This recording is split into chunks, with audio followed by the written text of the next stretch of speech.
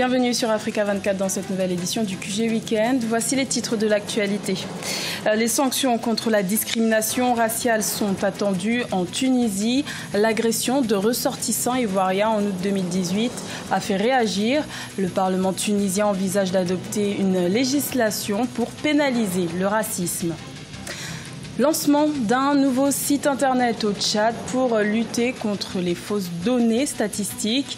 L'Institut national de la statistique a officialisé le 13 septembre une plateforme digitale pour assurer la diffusion de données fiables sur les indicateurs socio-économiques du pays. Et le Burkina Faso poursuit ses objectifs vers le développement durable. Le gouvernement burkinabé a lancé son programme de construction de 2000 éco-villages qui s'achèvera en 2020, un projet estimé à 1,77 milliard de dollars. Les agressions contre les ressortissants subsahariens sont récurrentes en Tunisie et la récente agression de ressortissants ivoiriens a fait réagir les associations de défense des minorités. La société civile propose un projet de loi pour éliminer toute forme de discrimination raciale dans le pays. Il sera probablement à l'ordre du jour lors de la rentrée parlementaire prévue en octobre 2018. Mariam Adramé. La loi criminalisant la discrimination raciale est attendue en Tunisie. L'association tunisienne de soutien aux minorités exhorte le Parlement à accélérer la ratification du projet de loi. Un appel qui fait suite à l'agression d'Ivoiriens résidant dans le pays le 23 août 2018. Tant qu'il n'y a pas de texte juridique mettant fin aux agressions verbales et physiques et protégeant les victimes des actes de discrimination raciale, ces agressions se poursuivront. L'adoption de ce projet de loi devient donc impérative. Les actes de discrimination sont fréquents en Tunisie. Malgré tous les appels et les projets de loi, la violence et la discrimination continuent de sévir dans le pays. Ce qui bloque, c'est l'inertie absolument incroyable dans le management, dans la gestion de l'ordre des votes au Parlement. C'est tout. Il n'arrive pas à être efficace et faire passer les projets de loi rapidement, mais malheureusement aujourd'hui, que fait-on concrètement dans le cadre de la loi, dans le cadre de la répression de ceux qui ne respectent pas la loi? Eh bien, on attend encore que ces textes passent et le Parlement a l'air de prendre son temps. Moi, je trouve ça scandaleux personnellement. La Tunisie abrite 60 000 immigrants africains et plus de 4 000 étudiants issus du continent. En 2016, plusieurs associations de défense des droits de l'homme ont proposé un projet de loi pour criminaliser la discrimination raciale. S'il est adopté, le projet de loi fera de la Tunisie le deuxième pays africain à créer une loi contre la discrimination raciale après l'Afrique du Sud. Également dans l'actualité au Rwanda, 2140 prisonniers vont bientôt être libérés sous ordre de la présidence. L'annonce a été faite ce vendredi 14 septembre par le gouvernement rwandais sur le réseau social Twitter. Ces personnes ont obtenu la grâce présidentielle après avoir demandé pardon. Et parmi les personnes concernées se trouvent le chanteur Kizito Mihigo et Victoire Ingabire, la présidente du parti d'opposition, les Forces démocratiques unies du Rwanda. Incarcérée depuis 2010, elle avait été condamnée à 15 ans de prison pour minimisation du génocide. Au Tchad, l'Institut national de la statistique, des études économiques et démographiques a procédé le 13 septembre au lancement de son nouveau site internet. L'objectif de cette plateforme digitale est de lutter contre la diffusion de fausses données statistiques concernant le pays. Grâce à un système d'interconnexion, les utilisateurs peuvent corriger les fausses informations. Plus de détails dans ce reportage de notre correspondant Mamat Ramadan. Au Tchad, pour lutter contre les fausses données statistiques de plus en plus fréquentes ces dernières années, le gouvernement a lancé une plateforme officielle pour publier des informations fiables à l'endroit des utilisateurs. Ce portail électronique qui interconnecte toutes les institutions du pays permettra aux partenaires et aux médias de corriger leurs données statistiques sur le Tchad.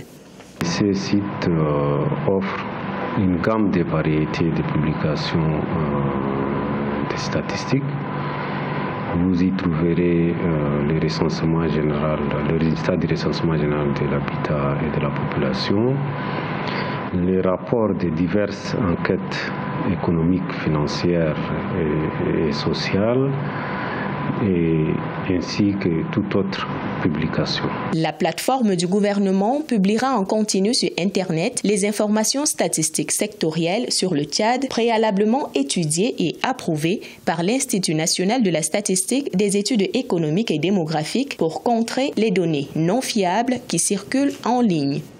L'INSED est l'organe central chargé de diffuser des données économiques et statistiques au Tchad conformément à la loi. Et ce site permettra à tous les utilisateurs d'aller vérifier et consulter en ligne les données officielles de notre pays. Pour rappel, l'Institut national de la statistique, des études économiques et démographiques est le seul organe habilité à collecter et valider les données sectorielles sur les indicateurs socio-économiques au Tchad, conformément aux lois en vigueur dans le pays. Un reportage de Mahamat Ramadan commenté par Siamlo Victoria Sedji. Au Burkina Faso, le gouvernement a lancé depuis septembre 2018 son programme de construction de 2000 éco-villages d'ici 2020, une initiative écologique basée sur la réalisation des objectifs durables de l'État pour 2022, un projet estimé à 1,77 milliard de dollars qui devrait permettre de dynamiser l'économie locale. Aïssa Toubari. Au Burkina Faso, le gouvernement a mis en place son programme de construction de 2000 éco-villages. Ce projet d'une valeur d'1,77 milliard de dollars, soit environ 182,190 milliards de francs CFA. Objectif, améliorer l'accès au financement, renforcer la bonne gouvernance locale, améliorer la sécurité alimentaire et nutritionnelle durable et promouvoir l'entrepreneuriat local.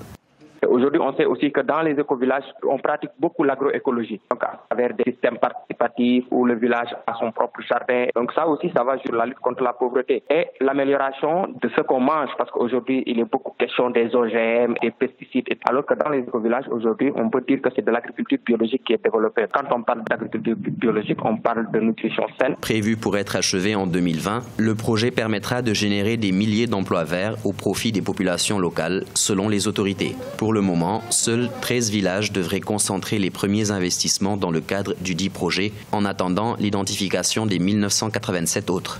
Si on arrive à créer dans un pays comme le Burkina 2000 éco-villages, on va créer 2000 sites qui vont être autonomes, qui vont utiliser de l'énergie propre. Tous ces foyers-là, aujourd'hui, vont participer à la lutte contre les changements climatiques parce que ce seront des foyers qui vont gérer leur empreinte écologique, des foyers qui ne vont pas beaucoup polluer. Selon la stratégie nationale d'économie verte 2016-2020, la contribution des actifs naturels du sol et de l'eau à la production de l'agriculture, de l'élevage et de la pêche est de l'ordre de 4,55% du produit intérieur brut. En Afrique du Sud, une femme sur 5 est la cible d'agressions et de violences. Un artiste peintre engagé a décidé de prendre leur défense. Il s'agit de Nelson Makamo. À travers ses œuvres, il dénonce les violences faites aux femmes. Sa collection a été exposée du 7 au 9 septembre 2018 à Johannesburg. Un artiste à découvrir avec Solange Dubois. Connu pour ses portraits audacieux et expressifs, l'artiste sud-africain Nelson Makamo a voulu rendre hommage aux femmes de son pays et les mettre en lumière. Ses dernières réalisations, une série de portraits mettant en scène des femmes au regard transcendant qui semblent se poser sur le monde et qui racontent une histoire. Les femmes ne sont représentées que pour aller chercher de l'eau dans la rivière, mais ici ce n'est pas le cas. La beauté de la femme est mise en valeur, mais aussi la cause pour laquelle elle se bat. C'est ce que j'aime. Qu'est-ce que cette femme a traversé et quand il peignait, que se passait-il dans sa tête? Artiste engagé, Nelson Makamo s'inspire de la vie quotidienne des Sud-Africaines. À travers ses œuvres, il aborde des questions fondamentales telles que les droits des femmes et la violence domestique. Pendant très longtemps, j'ai voulu en parler. Aujourd'hui, c'est le moment pour moi de dire ce que je ressens envers cette génération de femmes qui supportent tant de choses. En peignant la vie des femmes, vous partagez la vie naturelle, parce que les femmes nous donnent la vie. Vous partagez la beauté du monde et de la terre. C'est pourquoi j'aime le travail de Nelson, parce qu'il joue un rôle important dans le développement social, surtout en ce moment en Afrique du Sud, où les femmes et les enfants sont toujours confrontés aux violences. Selon une enquête de la Statistique South Africa menée en 2016, une femme sud-africaine sur 5 de plus de 18 ans a déjà été victime de violences sexistes. Un chiffre qui a considérablement doublé en 2 ans. Ce journal a été réalisé par l'ensemble de la rédaction. Merci de votre fidélité. L'information continue sur Africa 24.